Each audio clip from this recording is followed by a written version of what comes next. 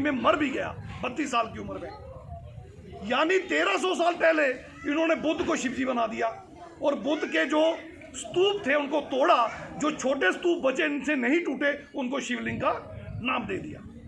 तो शिवजी की कहानी तो यहां से शुरू हुई। तो ये हिंदू धर्म शुरू कहां से हुआ?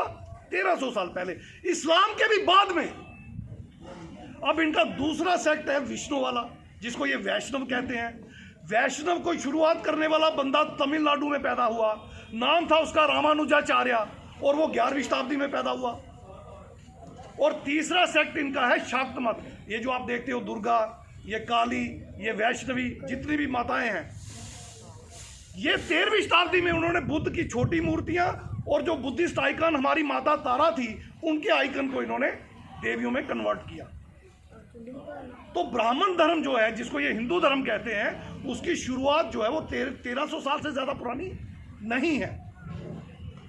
और वर्ण व्यवस्था और जाति व्यवस्था जो है ये पिछले 1000 साल के अंदर की कहानी है। जब बाहर से इन्वेडर्स आए, तुर्की से आए और अफगानिस्तान से आए, मुगल वगैरह आए, इनके हमलावरों के साथ मिलकर जब इन्होंने हमारी जमीनें हड़प ली, हमें जमीनों से बेदखल कर दिया, हम यहाँ के राजा थे, हमारा सब कुछ यहाँ का था, तो जिन लोगों को जमीनों से बिल्कुल बेदखल कर दिया, उनके पास खाने को कुछ बचा नहीं और वो मरे हुए जानवरों का मांस खाने लगे, तो वहां से ये जातियां और अस्पृश्यता शुरू हुई।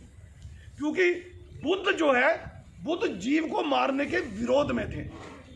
उनका पहला शील ही ये था, पानाति पाता वेरमणि सिक्खापदम समादयामि, अकारण किसी भी जीव की हत्या हम नहीं करेंगे, मैं इसकी शिक्षा ग्रहण करता हूं। इसी तरह जैन जो पंथ था, हमारे 2 ही पंथ थे मेन मुख्य, वैसे तो 8 पंथ थे मगर 2 मेन थे।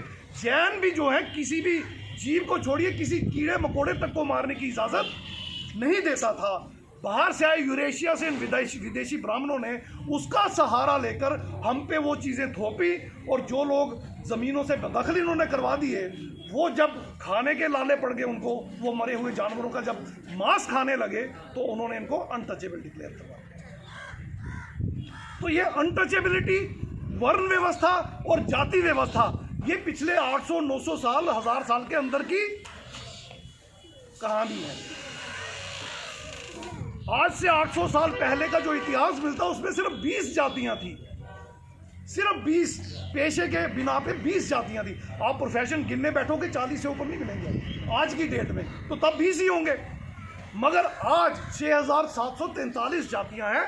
ये जातियों का कमाल ब्राह्मणों ने जो किया है, ये आपको समझना होगा। क्रांति युग पुरुष कबीर इसके विरोध में थे, क्रांति युग पुरुष रैदास इसके विरोध में थे, बाबा साहब इसके विरोध में थे, सैन जी महाराज इसके विरोध में, जितने हमारे संत महामानव हुए हैं सब इसके विरोध में थे। राष्ट्रपिता ज्योतिबा फुले इसके विरोध में थे, क्रांति ज्योति माता सावित्रीबाई फुले इसके विरोध में थी, अयंकाली इसके विरोध में थे, प्यारी वी रामास्वामी नायकर इसके विरोध में थे, बाबा साहब डॉक्टर BR अम्बेडकर इसके विरोध में थे।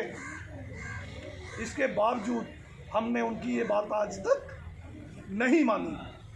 हम बुद्ध भी बनते हैं तो जाति साथ लेके जाते हैं, और बुद्ध बनने के बाद भी बेटे या बेटी की शादी के समय अपनी जाति का बुद्ध ढूंढते हैं। ये कौन सा बुद्धिज्म है भाई? बुद्ध के समय में ना ब्राह्मण था, ना ब्राह्मण धर्म था, ना ब्राह्मण धर्म ग्रंथ थे, ना ईश्वर था, ना वर्ण व्यवस्था थी, ना जाति व्यवस्था थी। अगर ऐसा होता तो उनके 5 की जगह 10 शील होते, और बाकी 5 में वो ईश्वर को नकारते, ब्राह्मण को नकारते, धर्म ग्रंथों को नकारते, वर्ण को नकारते, जाति को नकारते। मगर ये नहीं थे, तो बुद्ध ने इनको नहीं नकारा।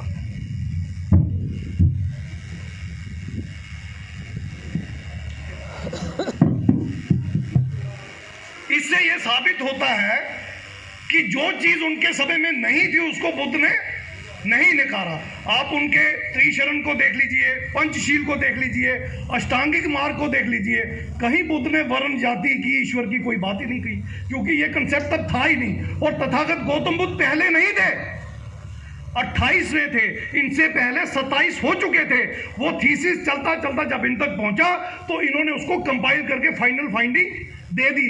जैसे गुरु ग्रंथ साहब गुरु अर्जुन देव सिंह जी ने लिखना शुरू किया और गुरु गोविंद सिंह जी ने उसको कंपाइल करके सभी वाणियों को उसमें रख के फाइनलाइज कर दिया। ये बात आपको समझनी होगी, जाति बहुत पुरानी नहीं है, अब इसको ब्राह्मण मजबूत नहीं कर रहा है, हम खुद इसको मजबूत कर रहे हैं, तभी हम इसको व्यवस्था बोलते हैं। और जितने शब्दों को लेके हिंदू धर्म के लोग आपके बीच में तांडव मचाते हैं, वो सारे के सारे शब्द जो हैं वो बुद्धिस्ट हैं।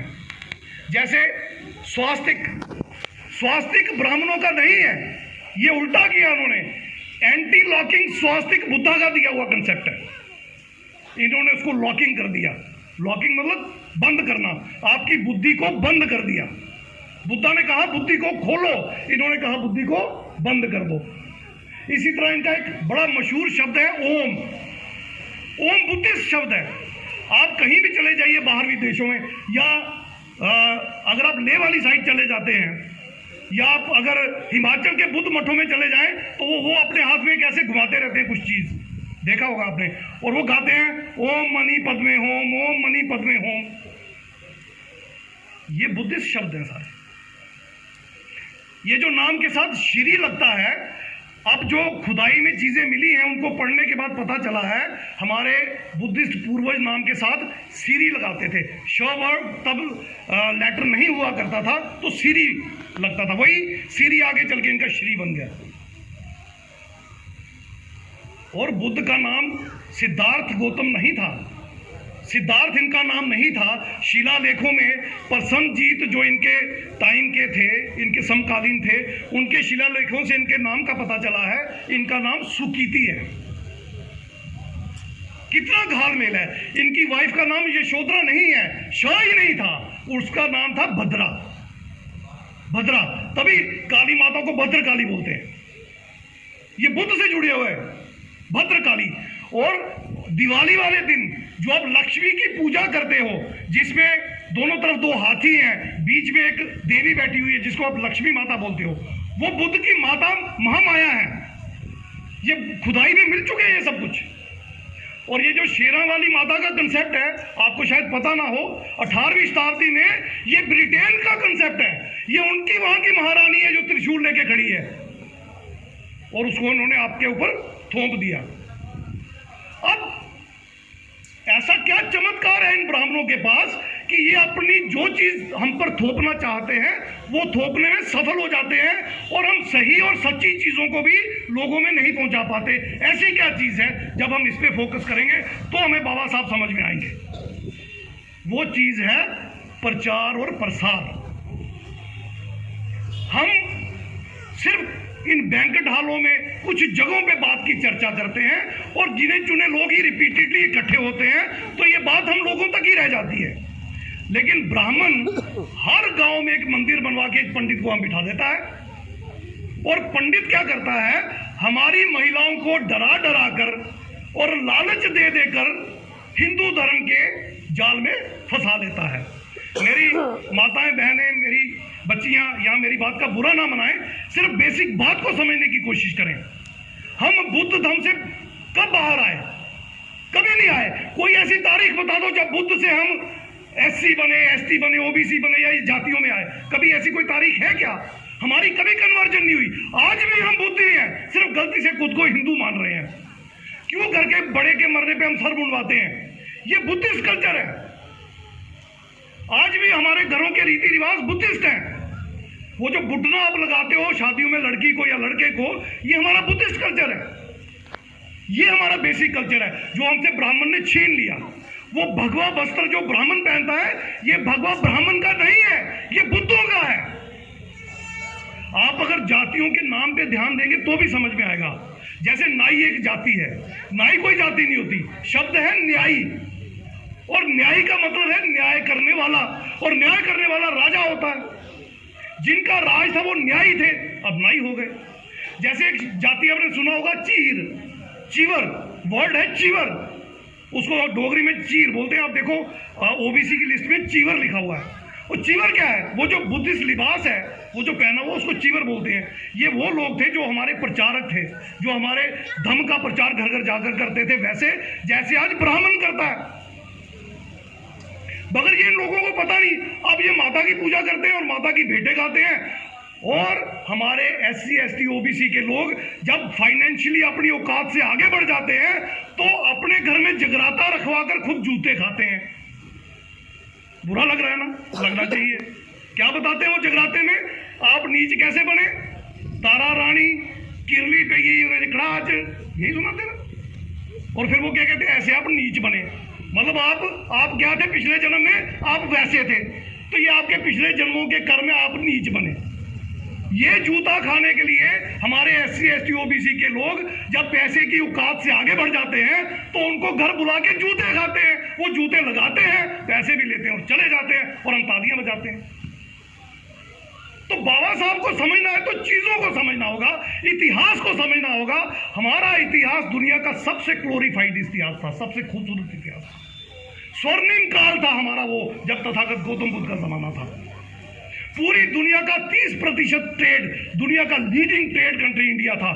58 लाख स्क्वायर किलोमीटर का एरिया हमारा था, अब 38 लाख स्क्वायर किलोमीटर हमारे पास रह गया। और 70 दुनिया की लीडिंग यूनिवर्सिटीज,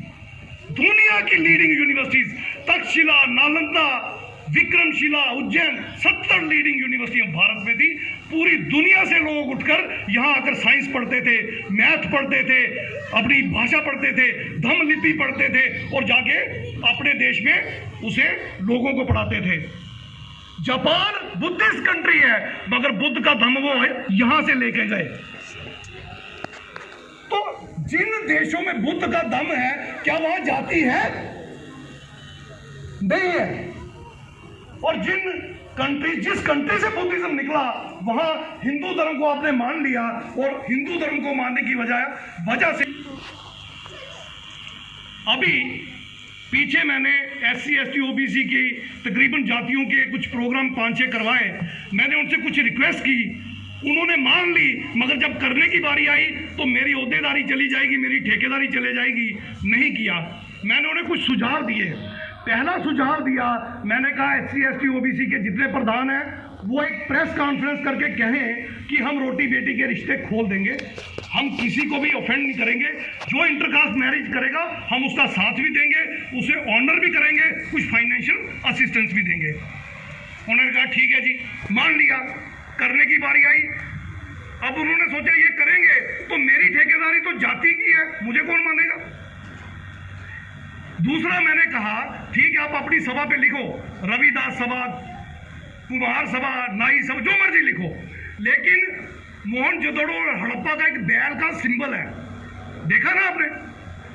मोहनजोदड़ो सिंधु घाटी सभ्यता का देखा बैल, वो हमारा मूल निवासियों का आइकन है। मैंने कहा उसको आप लगा लो और धम्म चक्कर लगा लो और लिख दो जय मूल निवासी, सब लिख लो, कम से कम हमारे जुड़ने का एक रास्ता शुरू होगा। मान लिया उन्होंने, मगर 5-6 मीटिंगों के बाद भी उन्होंने नहीं किया। क्यों? क्योंकि तथाकथित उनकी वो जो ओहदेदारी है, वो जो उनकी खामखा की इज्जत है, जाति के बिना पर वो खत्म हो जाएगी। तो फिर जाति कैसे खत्म होगी? ठेकेदार खत्म करना नहीं चाहते, आम आदमी के बस में ये है नहीं, तो बाबा साहब की बात कब चलेगी? बाबा साहब की बात कब चलेगी? तो साथियों, ज्यादा समय ना लेते हुए मैं अब अपनी बात को कंक्लूड करना चाहूंगा कि बाबा साहब ने जो हमें कहा, वो कबीर जी ने भी कहा, रैदास जी ने भी कहा, ये क्रांति युग पुरुष भी कहे। मेरे साथी आपको बता भी रहे थे, शशि जी, कबीर रैदास जी के 4 लाइनें अगर आप सुनेंगे तो आपको पता चलेगा उन्होंने जाति पे कितना कटाक्ष किया है। जात पात के फेर में उलझ रहे सब लोग, रैदास मनुष्यता को खा रहा, जात पात का रोग। शब्द देखिए, रैदास मनुष्यता को, मानवता को, इंसानियत को खा रहा, जात पात का रोग। जात जात में जात है, ज्यों के लन के पात, रैदास मानुष ना जुड़ सके। समझिए बात को, रैदास मानुष ना जुड़ सके जब तक जात ना जात। जो व्यक्ति जाति को जूते लगा रहा है, हम उसकी टांग पकड़ के खींच रहे हैं, तू तो पक्का जमे आ रहा पापा, तू उठे चले। हमने उसको जाति में फंसा लिया, कबीर साहब को हमने जाति में फंसा लिया, बाबा साहब की जाति में हमने फंसा लिया। आज भी लोग, बड़े नए लोग जुड़ते हैं तो पूछते नहीं कबीर बाबा साहब की जाति क्या थी? अच्छा, महार थी। महार तो यहाँ कोई है ही नहीं। तो ये जाति जो है इतनी घातक है। बाबा साहब ने कहा आपकी तरक्की के अगर 4 रास्ते हों, आप जिस रास्ते पे भी निकलोगे सबसे पहले जाति का दैत्य आपको खाने के लिए खड़ा मिलेगा। आप इसका मुकाबला कर लोगे तो तरक्की होगी, वरना नहीं होगी। महाराष्ट्र में जो लोग बुद्ध बने, आप देखिए उनका स्तर कितना ऊंचा हो गया। एजुकेशनली, फाइनेंशियली और सोशली उनका स्टेटस बहुत ऊपर चला गया। लेकिन जो लोग नहीं बने उनकी हालत भी जाके देख लीजिए। जो खुद को हिंदू समझते हैं वो अपने आप को भी असेस करके देख ले। हिंदू धर्म है क्या? हिंदू धर्म व्यवस्था है क्या? सिर्फ इतनी सी साइकोलॉजी कि इसमें एक वर्ग ऊंचा है और बाकी सारे नीच, और उसकी सेवा में लगे रहें, सेवा में ही पैदा हो, सेवा में ही मर जाएं। ये भी हिंदू व्यवस्था है। और बाबा साहब और बुद्ध या हमारे महामानव क्या कहते हैं? कोई व्यक्ति ऊंचा नहीं हो सकता, कोई व्यक्ति नीच नहीं हो सकता जन्म के आधार पे। अगर हो सकता है तो कर्म के आधार पे। बाबा साहब के कर्मों के आधार पे है कोई पूरे भारत में जो इनका मुकाबला कर सके? मगर इनको कोई ब्राह्मण नहीं मानता। इसका मतलब जन्म से दी हुई नीचता की इस व्यवस्था को हमें लात मारनी होगी। बाबा साहब ने क्या कहा? जो धर्म जन्म से किसी को ऊंचा और किसी को नीच बनाए रखता है, मरते दम तक और मरने के बाद भी, वो धर्म नहीं, एक षड्यंत्र है। उसके खिलाफ खड़े हो जाओ। लिहाजा बाबा साहब ने कंक्लूड किया, यूनिटी ऑफ विक्टिम्स करो। उसके लिए हमें वर्ण और जातियां छोड़नी होंगी, या धम्म में आना होगा या नास्तिक हो जाना होगा। ये रास्ता हमें अपनाना होगा। दूसरा, बाबा साहब ने कहा हिंदू धर्म से निकलोगे तो मुक्ति मिलेगी। बाबा साहब की 22 प्रतिज्ञाएं पढ़ी है कि नहीं पढ़ी है? उन्होंने कहा ना कि आज मेरी मुक्ति हो गई है, आज मेरा नया जन्म हुआ है और एक गंदगी से मैंने निजात पा ली है।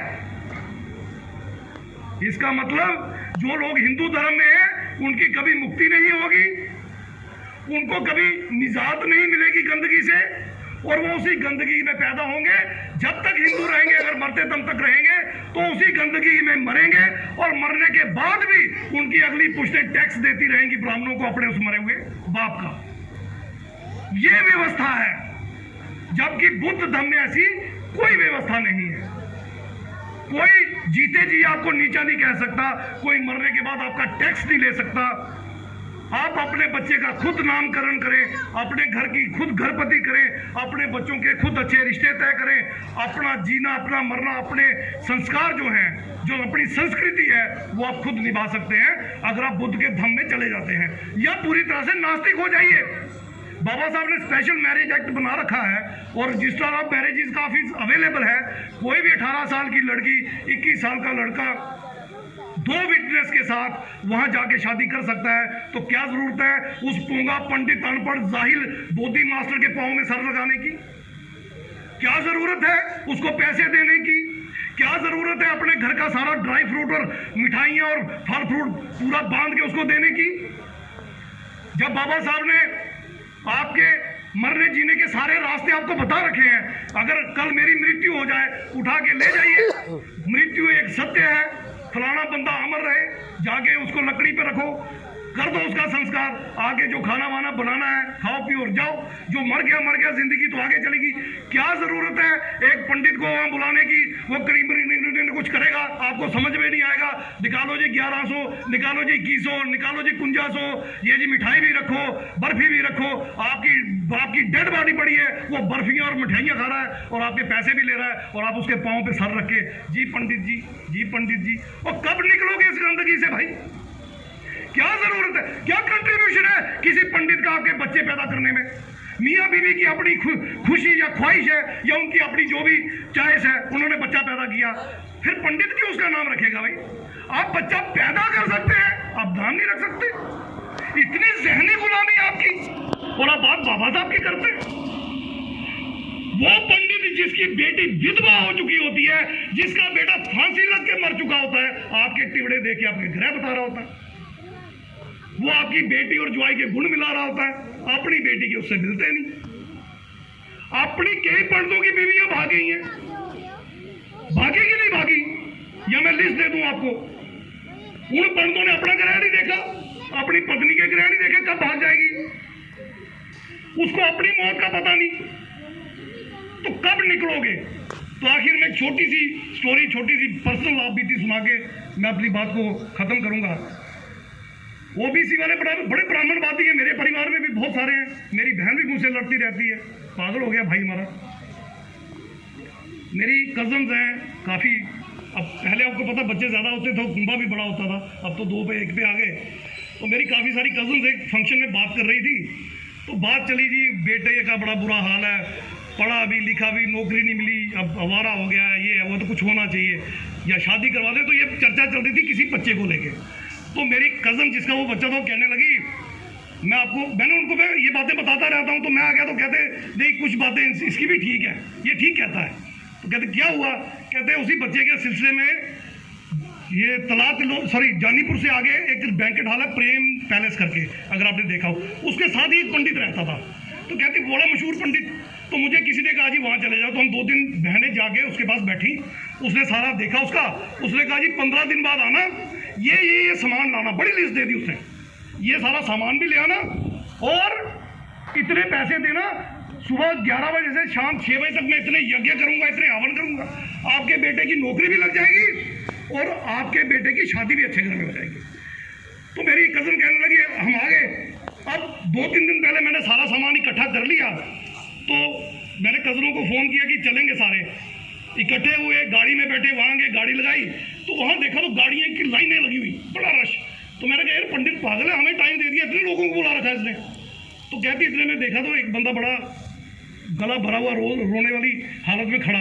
तो मैंने कहा जी वो क्या हुआ? कहते जी बस बुरा हो गया। मैंने कहा पंडित जी से मिलना था। कहते जी किन से मिलना था? मैंने कहा फलाने पंडित जी से। उन्होंने कहा जी आज तो उनका 10वां। ये मैं फैक्ट बता रहा हूँ, मेरी कज़न मुझे सुना रही है। कहते उसका तो आज 10वां है। मैंने तो वो खुद ही कहने लगी जिस पंडित को ये नहीं पता था कि 15 दिन के बाद मेरा 10वां हो जाना है, वो हमें कह रहा है ये सब ले आओ, आपके बेटे का मैं कल्याण कर दूंगा। अपने कल्याण का उसको पता नहीं है। अपने कल्याण, जितने सियाने हैं सबकी बेटियां भागी हुई हैं, सबके बेटे आवारा हैं, इनको नहीं पता। सबसे ज्यादा नशेड़ी इनके घरों में है, जितने सियाने जाके देख लो, इनकी बैकग्राउंड हिस्ट्री देखो, इनको कोई बुलाता नहीं था, सब इग्नोर करते थे, तो डिप्रेशन में चले गए, फिर मुंडियां मारने लगे। अब ये मुंडियां मारने लगे तो अब बुरा मत मानिएगा, हमारी महिलाएं बड़ी तरस खाती हैं, ओ बाबा जी ओ देवी माँ देवी माँ देवी। अब बिना वजह बिना बात के मेरे पैरों पे लोग घिरे, पैसों का ढेर लगा दे, मिठाई दूध मक्खन पनीर का ढेर लगा दे, तो मेरी मुंडी तो हिलती रहेगी ना। आ जाओ। ये सब आपका किया धरा है, उनका नहीं है। तभी राष्ट्रपिता ज्योतिबा फुले ने कहा था ब्राह्मण का ब्राह्मणवाद ब्राह्मण की अकल पे नहीं, तुम्हारी मूर्खता पे टिका है। जिस दिन तुम मूर्ख नहीं रहोगे, ब्राह्मण बर्बाद हो जाएगा, ब्राह्मणवाद ध्वस्त हो जाएगा। इन्हीं शब्दों के साथ बाबा साहब के चरणों में अपनी श्रद्धांजलि देते हुए, इस उम्मीद के साथ कि आज से एक नई शुरुआत होगी, गांव-गांव, घर-घर, अपनी रिश्तेदारी में, मोहल्लेदारी में हर उस व्यक्ति को आप जागरूक करेंगे और तर्कशील बनाएंगे जो बाबा साहब से जुड़ना चाहेगा। इन्हीं शब्दों के साथ आप सबका आभार व्यक्त करते हुए, किसी को मेरी बात बुरी लगी हो तो मैं माफी नहीं मांगूंगा, और बुरी लगे जय भीम, जय भारत, जय मूल निवासी, नमो बुद्धाय।